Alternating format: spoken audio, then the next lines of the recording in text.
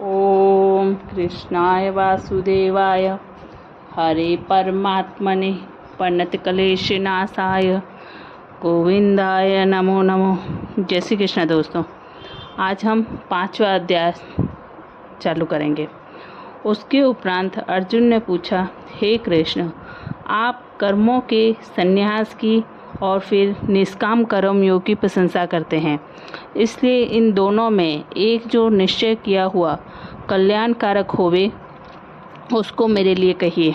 इस प्रकार अर्जुन के पूछने पर श्री कृष्ण महाराज बोले, हे अर्जुन, कर्मों का संन्यास अर्थात मन, इंद्रियों और शरीर द्वारा होने वाले संपूर्ण कर्मों में कर्तापन का त्याग और निष्काम कर्मयोग अर्थात समत्व बुद्धि से भगवदर्थ कर्मों का करना, ये दोनों ही परम कल्याणकारक हैं।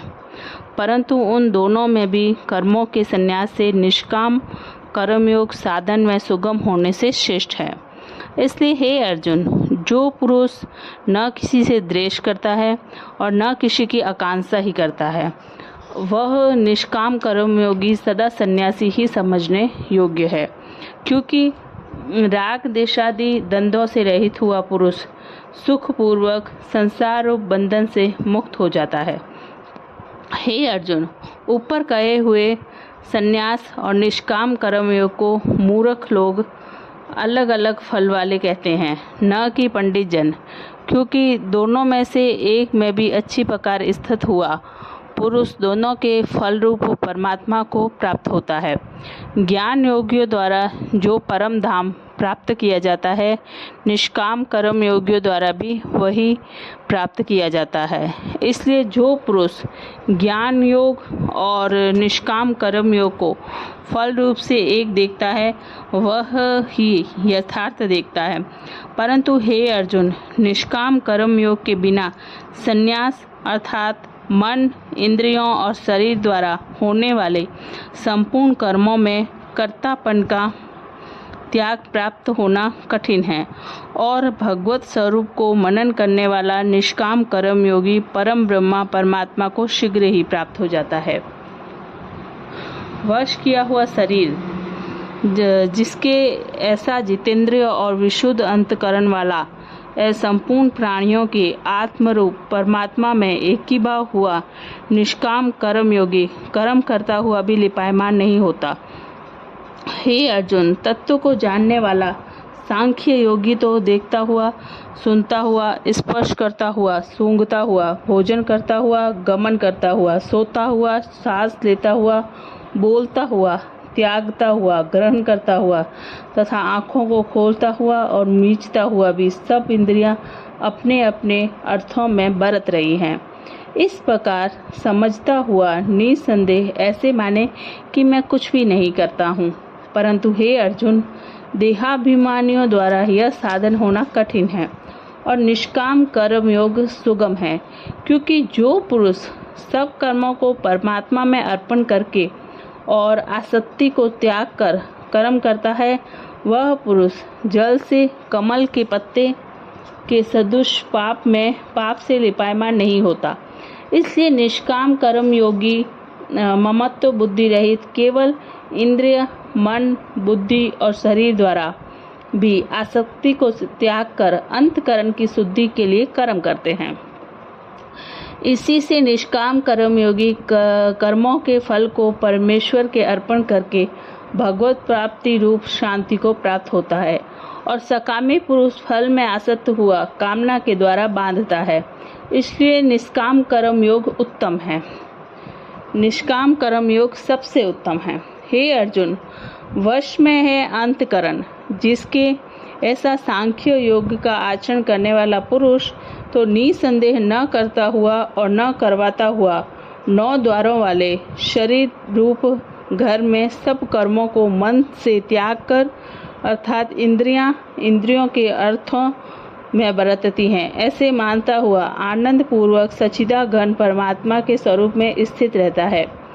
परमेश्वर भी भूत प्राणियों के न कर्तापन को और न कर्मों को तथा न कर्मों के फल के संयोग को वास्तव में रचता है, किंतु परमात्मा के सकाश से प्रकृति ही बरतती है, अतः गुण ही गुणों में बरत रहे हैं। सर्वव्यापी परमात्मा न किसी के पाप कर्म को और न किसी के शुभ कर्म को भी ग्रहण करता है, किंतु माया के द्वारा ज्ञान ढका हुआ है, इससे सब जीव मोहित हो रहे हैं। परंतु जिनका वह अंतकरण का अज्ञान आत्मज्ञान द्वारा नाश हो गया है, उनका वह ज्ञान सूर्य के सदृश उन सच्चिदानंद परमात्मा को प्रकाशता है, अर्थात परमात्मा के स्वरूप को साक्षात कराता है। हे अर्जुन, बुद्धि जिनकी तथा तद्रूप है, मन जिनका और उस सच्चिदानंद परमात्मा में ही निरंतर एक ही भाव से स्थित जिनकी ऐसे तत्परायण पुरुष ज्ञान के द्वारा पाप रहित हुए और पुनरावृत्ति को अर्थात परम गति को प्राप्त होते हैं, ऐसे वे ज्ञानी जन विद्या और विनय युक्त ब्राह्मण में तथा गौ, हाथी, कुत्ते और चांडाल में भी समभाव से देखने वाले ही होते हैं। इसलिए जिनका मन समत्व भाव में स्थित है, उनके द्वारा इस जीवित अवस्था में ही संपूर्ण संसार जीत लिया गया है, अर्थात वे जीते हुए ही संसार से मुक्त हैं, क्योंकि सच्चिदानंद परमात्मा निर्दोष और सम है। इससे वे सच्चिदानंद परमात्मा में ही स्थित है। जो पुरुष प्रिय को अर्थात जिसको लोग प्रिय समझते हैं, उसको प्राप्त होकर हर्षित नहीं हो, और अप्रिय को अर्थात जिसको लोग अप्रिय समझते हैं, उसको प्राप्त होकर उद्वेगवान न हो, ऐसा स्थिर बुद्धि संशय रहित ब्रह्मावेता पुरुष सच्चिदानंद परम ब्रह्मा परमात्मा में एक ही भाव से नित्य स्थित है। बाहर के विषयों में अर्थात सांसारिक भोगों में आसक्ति रहित अंतकरण वाला पुरुष अंतकरण में जो भगवत ध्यान जनित आनंद है, उसको प्राप्त होता है। वह पुरुष सच्चिदानंद परम ब्रह्मा परमात्मा रूप योग में एक ही भाव से स्थित हुआ अक्षय आनंद को अनुभव करता है। जो यह इंद्रियां तथा विषयों के संयोग से उत्पन्न होने वाले सब भोग हैं, वे यद्यपि विषयी पुरुषों को सुखरूप भासते हैं, तो भी निसंदेह दुख के ही हेतु हैं और आदि अंत वाले अर्थात अनित्य हैं। इसलिए हे अर्जुन, बुद्धिमान विवेकी पुरुष उनमें नहीं रमता। जो मनुष्य शरीर के नाश होने से पहले ही काम और क्रोध से उत्पन्न हुए वेग को सहन करने में समर्थ है, अर्थात काम क्रोध को जिसने सदा के लिए जीत लिया है, वह मनुष्य इस लोक में योगी है और वही सुखी भी है। जो पुरुष निश्चय करके अंतरात्मा में ही सुख वाला है और आत्मा में ही आराम वाला है तथा जो आत्मा में ही ज्ञान वाला है, ऐसा वह सच्चिदानंद परम ब्रह्मा परमात्मा के साथ एक ही भाव हुआ सांख्य योगी शांत ब्रह्मा को प्राप्त होता है। नाश हो गए हैं सब पाप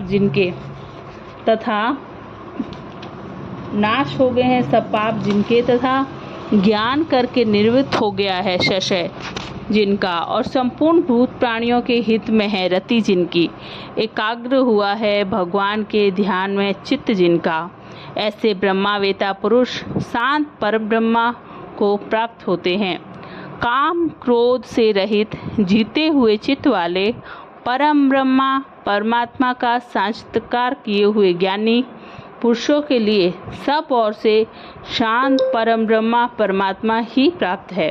हे अर्जुन, ब्राह्मण बाहर के विषय भोगों को न चिंतन करता हुआ बाहर ही त्याग कर और नेत्रों की दृष्टि को भ्रकटी के बीच में स्थित करके तथा नासिका में विचरने वाले प्राण और अपान वायु को सम करके जीती हुई है इंद्रियां, मन और बुद्धि जिसकी, ऐसा जो मोक्षपरायण मुनि इच्छा, भय और क्रोध से रहित है, वह सदा मुक्त ही है। और हे अर्जुन, मेरा भक्त मेरे को यज्ञ और तपों का भोगने वाला और संपूर्ण लोकों के ईश्वरों का भी ईश्वर तथा संपूर्ण भूत प्राणियों का सुहृद अर्थात स्वार्थ रहित प्रेमी, ऐसा तत्व से जानकर शांति को प्राप्त होता है और सच्चिदानंद परिपूर्ण शांत ब्रह्मा के सिवाय उसकी दृष्टि में और कुछ भी नहीं रहता, केवल वासुदेव ही वासुदेव रम जाता है। जय श्री कृष्ण। दोस्तों, आज हमने 5वां अध्याय संपूर्ण किया, कल हम 6ठा अध्याय करेंगे। जय श्री कृष्ण।